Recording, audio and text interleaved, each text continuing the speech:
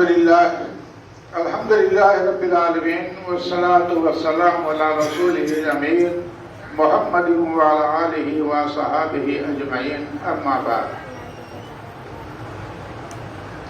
معزز علماء کرام، حاضرین مرد و عورت، معزز علماء کا خطاب آپ لوگوں نے سنا۔ اللہ تبارک و تعالی ہم سب کو اس مسجد میں اس حاضری اور علماء کے خطاب سننے کی برکت پروردگار عالم ہمیں عطا فرما، اور ہماری حاضری کو ہماری نجات، ہماری کامیابی اور ہماری صحیح رہنمائی کے لیے پروردگار عالم قبول فرما۔ بھائیوں، آج اس رنگین دور میں ہم عجیب ہچکولے کھاتے ہیں کہ مسلمان کس قدر پریشان ہے، کون سا راستہ اپنائے۔ ایک ایسی قوم راہ تلاشے جس کے سامنے کھلی راہ کامیابی کی ہو، تو بڑے افسوس کی بات ہے۔ ہمارے لیے تو کامیابی کا راستہ ایک دم کھلا ہوا ہے۔ اللہ تبارک و تعالی کی طرف سے ہمارے لیے جو یہ زوال، یہ رسوائی کا جو سبب ہے میرے بھائیوں، دو خاص باتیں ہیں جس کی وجہ سے ہم آج رسوا ہیں، زوال پذیر ہیں۔ پہلی بات تو یہ کہ اسلام، جو اسلام ہمارے نبی نے ہمیں دیا ہے، ہمارے نبی کے ذریعے جو اسلام ہمیں ملا ہے، کیا وہ اسلام ہمارے گھر میں موجود ہے کہ نہیں موجود ہے؟ پہلی بات کہ ہم وہ اسلام پہچان نہیں رہے ہیں کہ وہ اسلام کون ہے، ہمارے نبی سے جو اسلام ملا وہ کیسا ہے۔ اس سے ناواقفیت کے بنا پر ہمارے گھروں میں عمل جو ہے وہ بدعملی ہے۔ یہ دو سبب ایسے ہیں کہ جہاں ہم پریشان حال ہیں۔ میرے بھائیوں، ہم آپ جانتے ہیں، ہر کوئی آج ہماری اولاد، جیسا کہ آپ کے خطبہ میں اس طرف اشارہ کیا کھلے لفظوں میں بیان کیا ہے کہ ہمارے بچے اسکولوں میں، نرسری اسکول میں، مانٹیسری میں جاتے ہیں، وہ کلمہ تک کے محتاج ہیں۔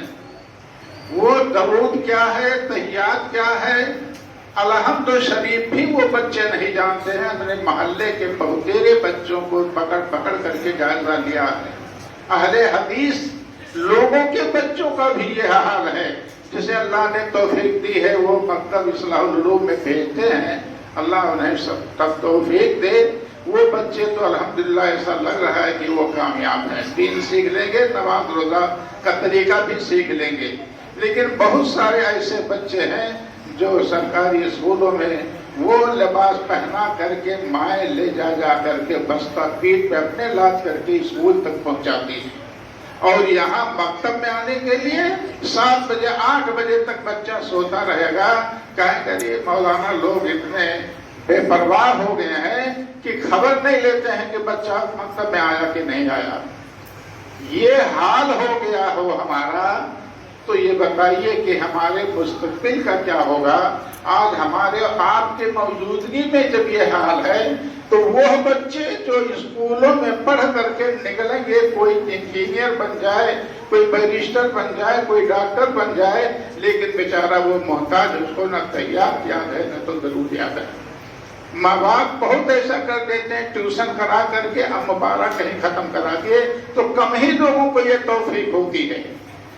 آج ہمارے اور آپ کی موجودگی میں اگر ہماری قوم اس قدر ذلیل اور رسوا ہے، تو ان نوجوانوں کی اولاد جو ہوگی تو ان کا کیا حال ہوگا؟ آپ دیکھیے، اتنے معزز علماء کا خطاب اور یہ چند لوگوں کی حاضری، اور باقی اور افراد کہاں ہیں؟ وہ ہوٹلوں میں بیٹھ کر کے ایک دوسرے کی غیبت میں ملوث ہوں گے۔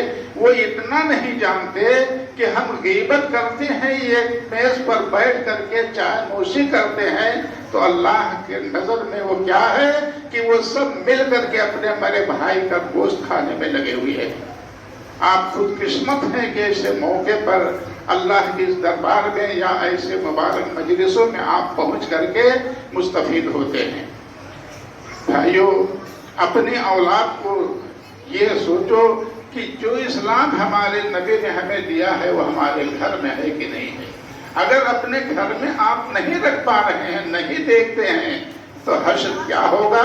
آپ اندازہ لگائیے کہ خانہ کعبہ کو حضرت اسماعیل اور حضرت ابراہیم علیہ السلام نے بنایا تھا، وہاں ان کی اولاد بنی بڑھی تھی، نبیوں کی نسل تھی جو بڑھی تھی، لیکن دھیرے دھیرے جب بے پرواہی کے وہ شکار ہو گئے، انہیں اپنے اولاد کی فکر نہیں رہ گئی، تو نتیجہ یہ ہو گیا کہ بگاڑ تک بگاڑ اولاد کی ایسے نتیجے پہ بگاڑ پہنچ گئی کہ اللہ کے اس پاک گھر کو محفوظ نہیں رہنے دیا اور کتنے مورتیں اور بتوں کے آزگاہ بنا دیا۔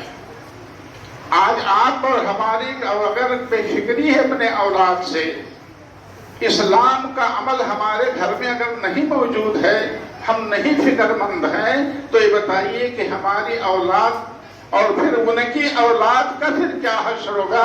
کیا آپ کی ہماری مسجد ایسے ہی آباد رہے گی؟ جب اللہ کا وہ گھر اتنا ناپاک کیا گیا تو یہ اللہ کے اس گھر کو، اصلاح العلوم جیسے مسجد کو، کیا اس طرح سے ہم آباد رکھ سکیں گے؟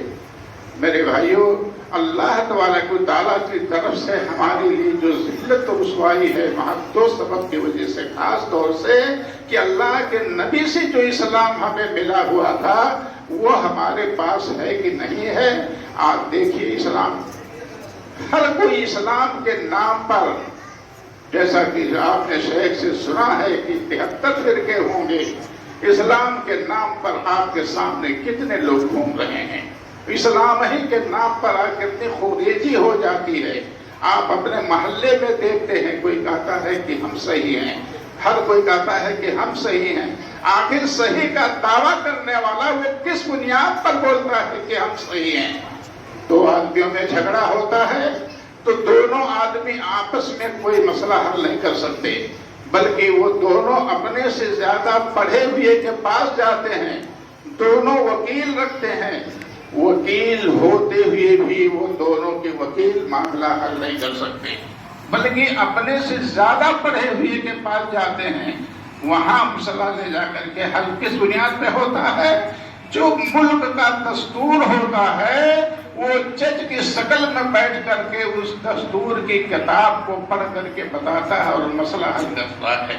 آپ علماء کو آپ دیکھیے تو وہ علماء جو صحیح ہوں، اللہ اور اس کے رسول کے حدیثوں اور دین کے جانکار ہوں، ان سے آپ رجوع اگر ہوں گے تو وہ آپ کے سامنے کھول کر کے آپ کے دین کا دستور یعنی قرآن حکیم اور اس کی تفاسیر حدیث کو سامنے رکھ کر کے آپ کا مسئلہ حل کرے گا۔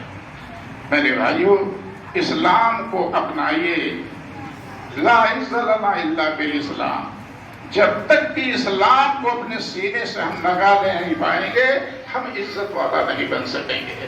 ہم دعا کریے کہ پروردگار عالم اس پک کا اسلام، صحیح اسلام جو ہمارے نبی سے ہم کو ملا ہوا ہے، اے اللہ ہمارے دل میں اس کی محبت ڈال دے، اس کا شیدائی بنا اور اس کا پیروکار بنا دے، اور اسلام کے جو اعمال ہیں پروردگار عالم وہ عمل ہمارے گھر میں تو رائج کر دے، ہمارے بچوں کو اس اسلام کا پیروکار بنا دے۔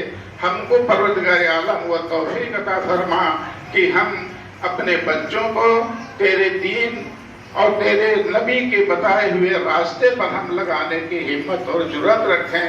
اور اللہ ایسی توفیق ہمیں عطا فرما کہ اپنے گھر کو ہم اسلامی گھر بنائیں، دوسروں کو دیکھ کر کے وہ رنگینی نہ ہمارے اندر آ جائے پروردگار عالم کہ جس رنگینی کی بنیاد پر اللہ تیرا ہم غضب کے شکار ہم بن جائیں۔